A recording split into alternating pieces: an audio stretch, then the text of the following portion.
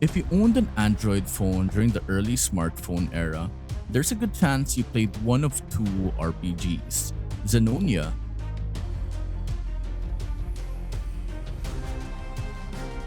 or Inotia.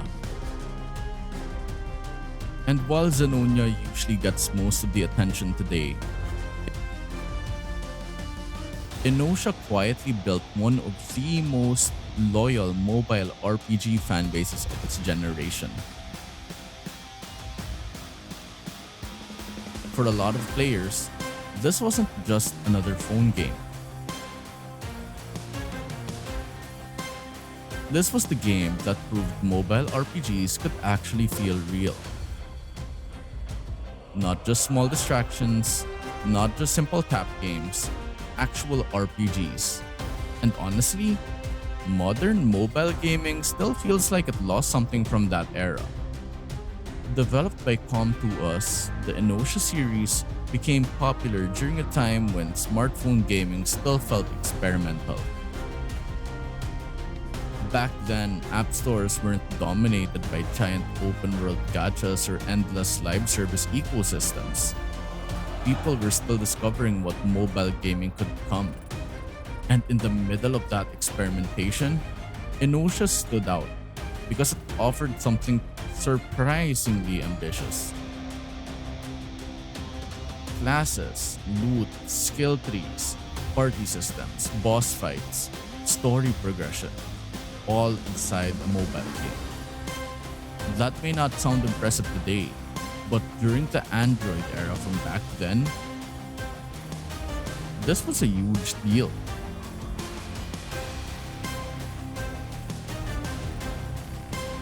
To really understand why Inotia mattered, you have to remember what mobile gaming looked like during the late 2000s and early 2010s.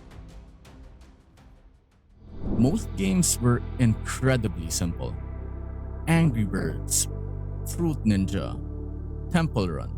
Those games were fun, but they weren't trying to deliver long-form RPG experiences. Then games like Inotia started appearing. Suddenly, players realized, wait, my phone can actually run a full fantasy RPG? That feeling was exciting, especially for younger players who didn't have access to consoles. For some people, Inotia was their first real RPG experience. And because smartphones were becoming more affordable globally, especially in Southeast Asia, games like Inotia spread extremely quickly through word of mouth.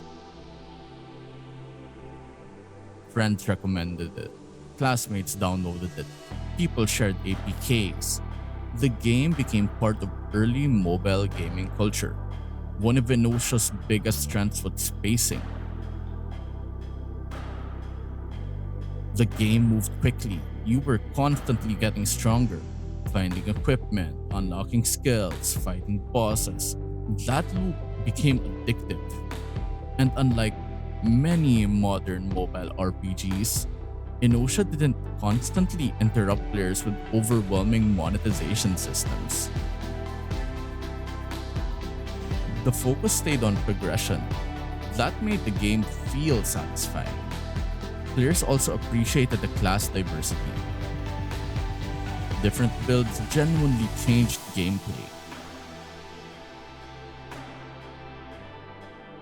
Assassins played differently from knights. Priests supported differently from mages. Even though the game was limited by mobile hardware, it still created meaningful RPG customization.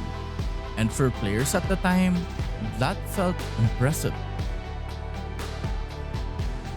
Another reason people still remember Inotia is its presentation.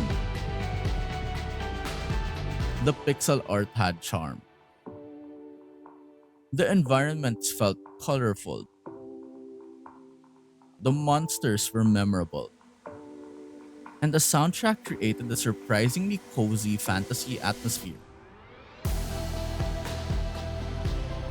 There's a certain emotional warmth to older mobile RPGs, partly because they were simpler, but also because players spent so much time with them during specific periods of their lives. commutes, after school gaming sessions, late night grinding under blankets. Games like Inotia became part of people's routines. That emotional connection matters. Of course, it's impossible to talk about Inotia without mentioning Zenonia. The two franchises were constantly compared, and honestly, that rivalry helped both games grow.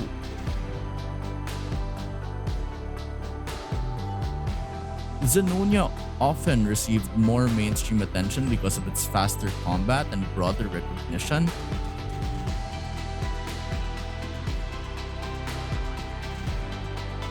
but Inotia developed a quieter fan base.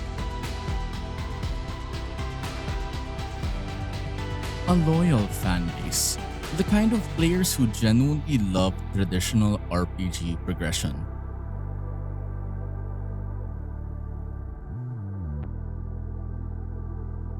In many ways, Inotia felt slightly more grounded. Less flashy, but more comfortable. And that difference is exactly why many players still prefer it today.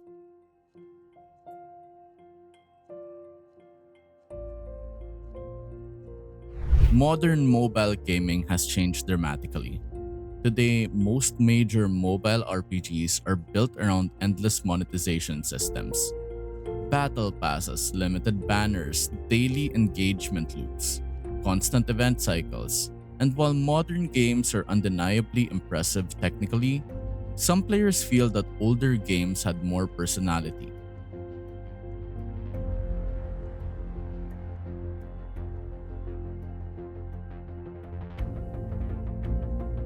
Games like Inotia felt focused. They knew exactly what they wanted to be: simple, addictive, comfortable.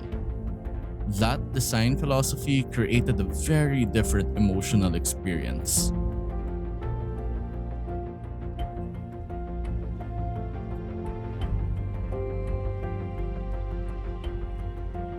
Honestly, the market may finally be ready for a proper Inotia comeback. Retro style RPGs are respected again. Pixel art games are thriving. People are actively searching for games that feel less exhausting. A modern Inotia remake or remaster could absolutely succeed.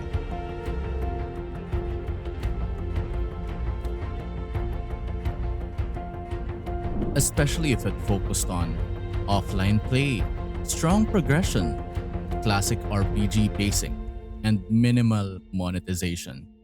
There's a huge audience for that right now, especially among older gamers who missed the early smartphone era.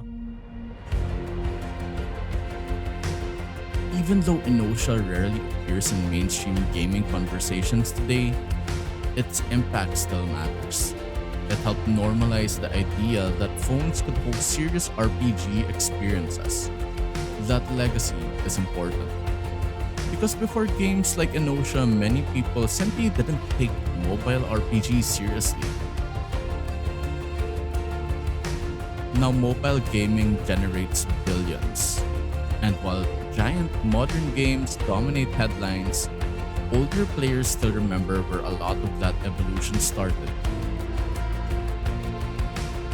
With games like this, Inotia may never return as a massive blockbuster franchise, but for the people who played it during the early Android years, it represents something special. A time when mobile gaming still felt experimental. A time when discovering a hidden RPG on your phone genuinely felt magical. And maybe that's why people still remember Inotia so fondly. Because it wasn't just a game, it was part of an era.